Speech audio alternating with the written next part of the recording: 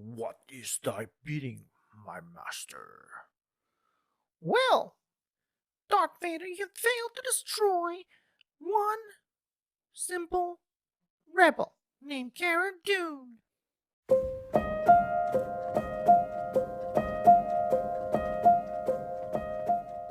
What's up, everybody? Hey, it's Michael again. Thank you for joining me today. And today we'll be talking about an article that came out about a week ago. This is regarding uh, the Forbes article about Disney and the firing of Gina Carano. I know this news has been out for maybe about a month now. Gina Carano was fired by Lucasfilm. Lucasfilm, which is under Disney, fired Gina Carano for some supposedly insensitive tweets. Yet they are being called out for a lot of the hypocrisy. Well, this is not the trade media of Hollywood is calling him out now. This is Forbes magazine, and I believe this carries serious implications for Disney in the long run.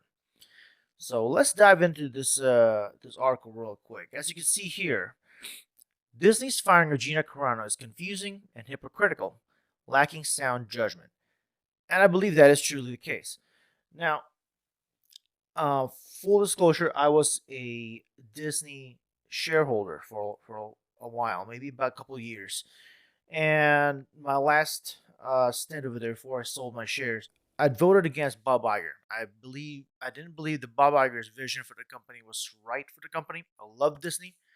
I've been a big fan of Disney for a long time, but I believe the company was going the wrong way. And by not reeling in what was going on in Lucasfilm, and in many ways, many of the upper management not knowing what's going on with their own creative products is affecting the bottom line. So I voted against Bob Iger and I voted against many of the recommendations of the board. But regardless, this article coming out of Forbes, it really sets the tone for something else.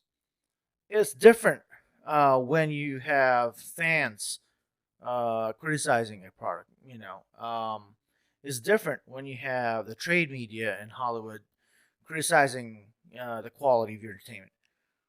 It's something else entirely when you have a financial media calling you out on your mismanagement in your company. It says here. Now, this is written by Gene Del Vecchio. I've been sitting on this article for a while, allowing my opinion to form. That's something that many companies don't do enough of these days. Instead, they often rush to conclusions too fast, yielding to the views of a few vocal members of the community rather than allowing time and consideration to inform their decisions. The latest example is Disney's firing of Gina Carano from The Mandalorian in February. She's a conservative who is not shy about expressing her views, the latest being the comment that a comment that compared conservatives being silenced and canceled today to Jews being targeted during the Holocaust. An exaggerated comparison, yes, but enough to fire her? Doubtful. She's more guilty of a bad comparison. Gina should have likened today's conservative cancel culture to the 1950s congressional hearings held to expose the entertainment people who were members or sympathizers of the Communist Party. 10 influential actors and screenwriters were eventually jailed and blacklisted by the major movie studios for denouncing the hearings and refusing to name those who had expressed communist sympathies. That's a better comparative. That's a better comparative. Ironically, when Disney fired Gina for her points, it had inadvertently proved her point, and absolutely they did. They were called out. Many people canceled the Disney Plus. Many people were so dismayed by Disney they actually stopped buying the products altogether. We can disagree as to whether Disney was justified or not in firing Gina, but one thing is clear. Disney's management of its social responsibility persona is woefully flawed. To begin, the company's approach is confusing. Many assert that Pedro Pascal, star of The Mandalorian, offered similar analogies that Carano did, though with a liberal bent, when he shared a now deleted Instagram post comparing Donald Trump voters to Nazis. That was a very nasty move by Pascal. Pascal kept his job, Carano did not. Disney's inconsistent approach led outsiders to suspect Disney leans left, something that Bob Chapek denied at the recent shareholders meeting by saying, I don't really see Disney as characterizing itself as left leaning or right leaning, yet instead standing for values that are universal. But management cannot afford to treat employees differently for similar actions. It makes Chapek's comments appear disingenuous, and the company needs a universally consistent approach to its universal values. I totally agree with that. This is something that all us fans have been calling for. Just something consistent.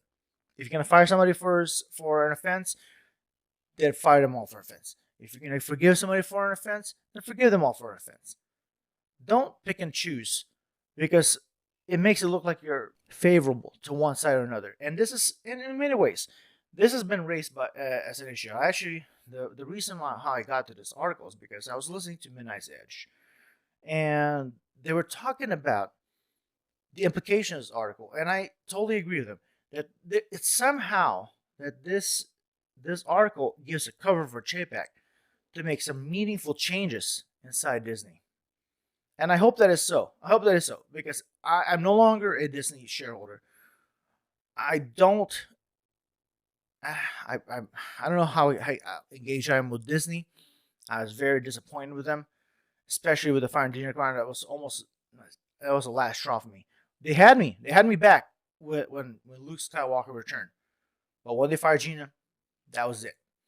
Disney really appears disingenuous when they talk about human rights. They talk about treating everybody equally, yet praising a despotic regime in China that enslaved and killed many Uyghur Muslims.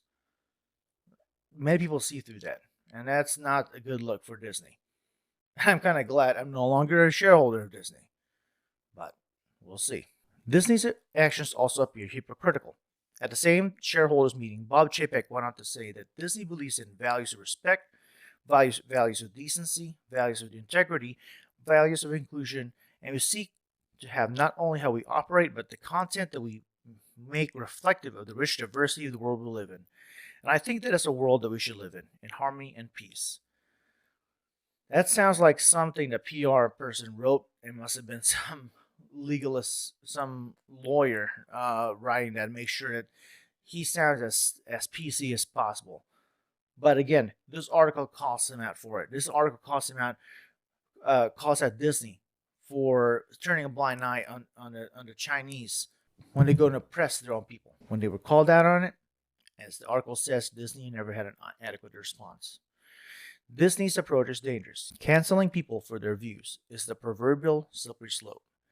The maxim, I disapprove of what you say, but I will defend to the death your right to say it, is losing ground rather frightening. Finding an alternative of I disapprove of what you say and I will cancel you for it. In the past, organizations that needed to distance themselves from employees' controversial opinions would make a public statement like, the employees' opinions are theirs alone and do not necessarily reflect the official policy or position of the company. Done. That's it. And it's true. Companies that cancel people for their opinions, it feeds a dangerous cycle. The more they cancel, the more they embolden the mob to target more people and organizations. Then repeat, Disney and many other organizations are playing a very dangerous game out of fear, partisanship, or misplaced sincerity. The beast they help to create and indulge may eventually devour them. And lo and behold, what is Disney left with now?